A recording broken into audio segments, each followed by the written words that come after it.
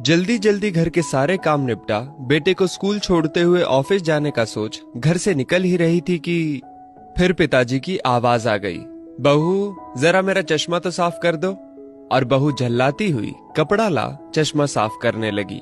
इसी चक्कर में बेटा स्कूल में और खुद आज फिर ऑफिस देर से पहुंची। गाहे बगाहे पिताजी की यूं घर से निकलते हुए पीछे से आवाज देने की आदत बहू को अच्छी नहीं लगती थी, पर जानती थी कि पलंग से ना उठ पाने के बावजूद पिताजी पूरे दिन में उसे यही एक दो काम ही तो कहते थे।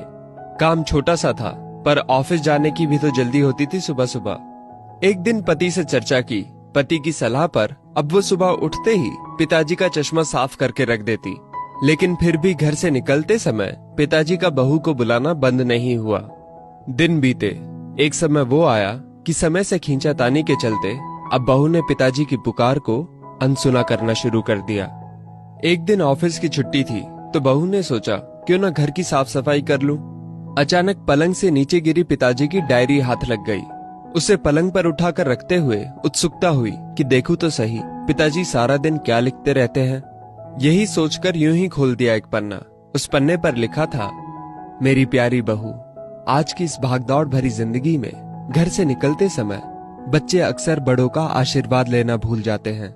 बस इसीलिए जब तुम चश्मा साफ कर मुझे देने के लिए झुकती हो तो मैं मन ही मन अपना हाथ तुम्हारे सिर पर रख देता। वैसे मेरा आशीष सदा तुम्हारे साथ है बेटा। आंखें नम हो गईं।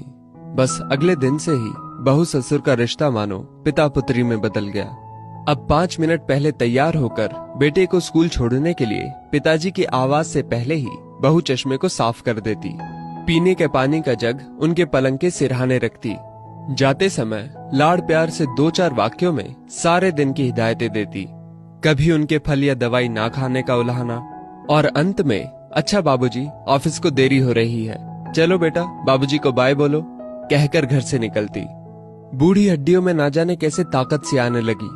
दवाई वही थी पर सेहत में सुधार 10 गुना होने लगा था। पिताजी स्वस्थ होने लगे थे, परंतु अचानक एक दिन हृदय गति रुक जाने से स्वर्ग से तार गए। उनके अंत समय में उनके मृत देह के चेहरे पर संतुष्टि के भाव की भी पूरे परिवार में खूब चर्चा हुई थी। आज पिताजी को गुजरे ठीक 2 साल बीत चुके हैं। आज भी बहू रोज घर से बाहर निकलते समय पिताजी का चश्मा साफ कर उनके टेबल पर रख दिया करती है। उनके अनदेखे हाथ से मिले आशीष की लालसा में आज भी सुबह घर से निकलते हुए ना जाने क्यों ऐसा लगता है कि अभी आवाज आएगी, बहू जरा मेरा चश्मा तो साफ कर दे।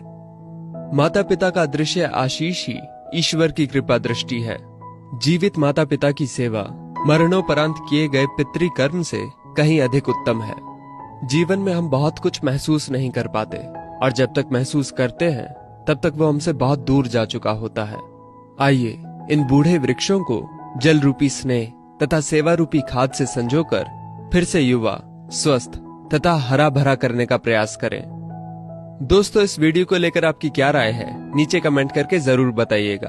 और अगर आपको ये वीडियो अच्छी लगी हो तो इस वीडियो को लाइक करिएगा, शेयर करिएगा ज्यादा से ज्यादा लोगों तक। और ऐसी और भी इंस्पिरेशनल वीडियोस के लिए सब्सक्राइब करें हमारे YouTube चैनल को और Facebook पर फॉलो करें हमारे पेज को। धन्यवाद।